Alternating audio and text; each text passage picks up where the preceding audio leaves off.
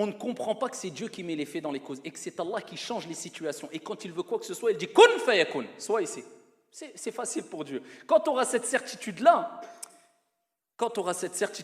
wallahi, tu vas dépasser ici toutes les épreuves, si grandes soient-elles, mais avec une facilité qui va t'impressionner toi le premier. On est loin du tawakkul, illa ma rahim Allah. Le prophète alayhi salatu wassalam, il a dit au kidnappé ton fils, il est en danger de mort. Répète la hawla wa la quwwata illa billah et dis à ton épouse de répéter cette parole-là. D'accord? De prouver à Dieu que tu sais que c'est lui qui change les situations et qui transforme les choses. Et qu'il n'y a aucune puissance si ce n'est d'Allah subhanahu wa ta'ala. Il est parti voir son épouse. Elle lui a dit, qu'est-ce qu'a dit le prophète alayhi salatu wa sallam? Elle a dit, on doit dire la hawla wa la quwwata illa billah. Elle a bien pris ce conseil, elle a été satisfaite, ils se sont posés et ils n'ont cessé de répéter la hawla wa la quwwata illa billah avec une bonne compréhension, une bonne prononciation et avec certitude que c'est Allah qui change, qui transforme les situations. Jusqu'à ce qu'il a été rapporté que son fils, quand il a eu un moment d'inattention venant des personnes qui l'ont capturé, a réussi à prendre la fuite. Et en plus de cela, c'était des gens qui étaient ennemis du prophète alayhi salatu wassalam et qui voulaient faire du mal et tuer le prophète alayhi salatu wassalam. Non seulement il a réussi à prendre la fuite, mais en plus prendre des bêtes avec lui. Il est rentré chez ses parents, il les a retrouvés. Non seulement sains et saufs, mais en plus avec des bêtes. Il n'est pas venu les mains vides.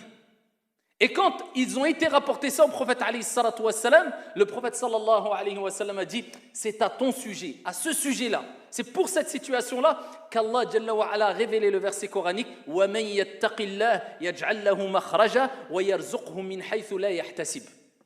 Celui qui craint Dieu, Allah Jalla wa Ala va lui donner une issue favorable et il va lui donner sa subsistance d'où il ne s'attend même pas.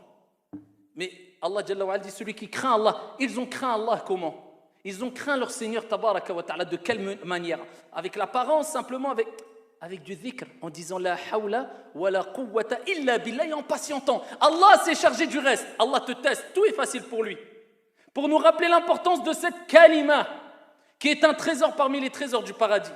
Cette kalima qui te permet de voir tes péchés expiés. Cette kalima qui est une parole qui est sous le trône du miséricordieux. Wa fi sahih, le prophète alayhi salatu wassalam a dit la hawla wa la quwwata illa billah babun min abwabil jannah. C'est une porte parmi les portes du paradis. Les savants ont dit que celui qui l'a dit, la prononce, la répète avec bonne compréhension et certitude, Allah tabaraka wa ta'ala lui facilitera l'entrée par cette porte qui est une porte du paradis.